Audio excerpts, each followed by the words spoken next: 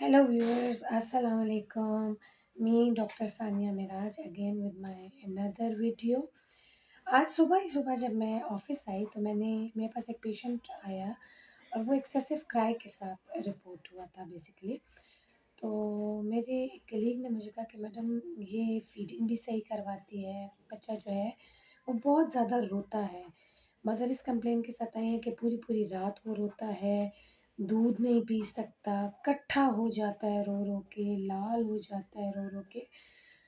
तो जब मैंने असेस किया तो दैट वाज सिंपल कॉलिक।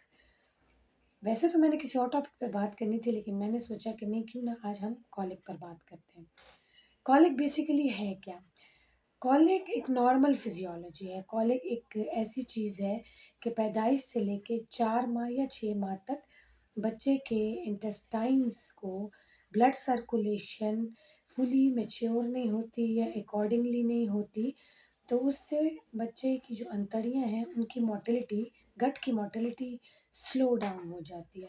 और गट की मोटिलिटी स्लो डाउन होने की वजह से वो गैस खारिज नहीं कर सकता है, या फिर वो क्रैम्प्स से स्टार्ट हो जाते हैं। जैसे मैं आपको एक रूटीन लाइफ में कहूँ कि हम टांग पे टांग चढ़ा कर जब बैठते हैं तो थोड़ी देर के बाद चूँकि सर्कुलेशन वीक होने की वजह से हमारे टांगों में एक टिंगलिंग सा एक रिस्पॉन्स शुरू हो जाता है, जिसकी वजह से हम फिर टांगे झटकते भी हैं, उसको कोशिश करते हैं कि वो जो टांग सो गई है उसको दोबारा से जगा दिया जाए।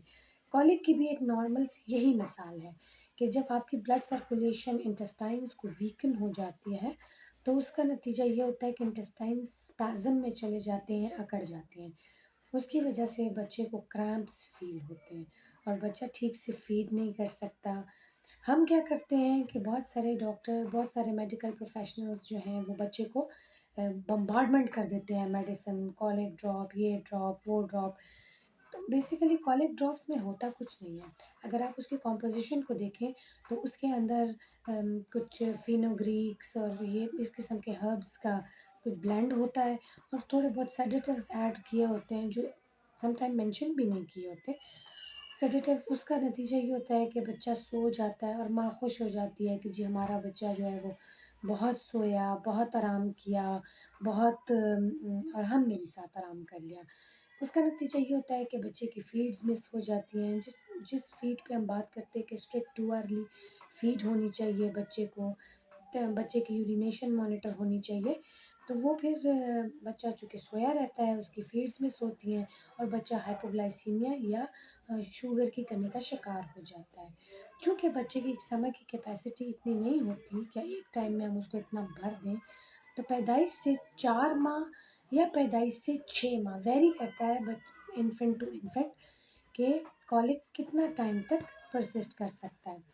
तो कॉलिक को इन दवाइयों से ट्रीट नहीं करना चाहिए। उसका आसान हल ये है कि आप बच्चे को अपने टाँगों पे यूँ सीधे बैठ के, टाँगों पे उल्टा लिटा के और इस तरीके इस पोज़ीशन पे कि उसके जो पेट का एरिया है वो आपकी टाँगों के ऊपर होना चाहिए और पीछे से आपने उसको हल्का-हल्का कमर पे या बैक पे आपने टैप करना होता है। उससे बच्चे को बहुत रिलीफ़ होता है। या फादर्स, चूँकि उनका चेस्ट काफ़ी हार्ड होता है, उनका रिब एरिया, तो फादर्स उनको अपने साथ लगा के या वालिद साहब लगा लें और इस तरह पीछे से हल्का-हल्का टैप करें, तो बच्चे को बहुत रिलीफ़ मिलता है कॉलिक से। ये छोटी-सी वीडियो बनाने का मकसद मेरा ये था कि कॉलिक को आप एक नॉर्मल फिजियोलॉजी कंसिडर करें। ये जो बच्चे का कट्ठे हो जाना, बच्चे का रो-रो के फीड ना लेना, बच्चे का रोना मुसलसल पूरी-पूरी रात, बच्चे का माँ की छाती को मुँह ना लगाना, तो ये इन चीज़ों को नॉर्मली आप ये 2 प्रोसीजर से ट्रीट कर सकते हैं और कॉलिक को आप किसी भी कीमत पे, किसी भी मेडिसिन से ट्रीट ना करें।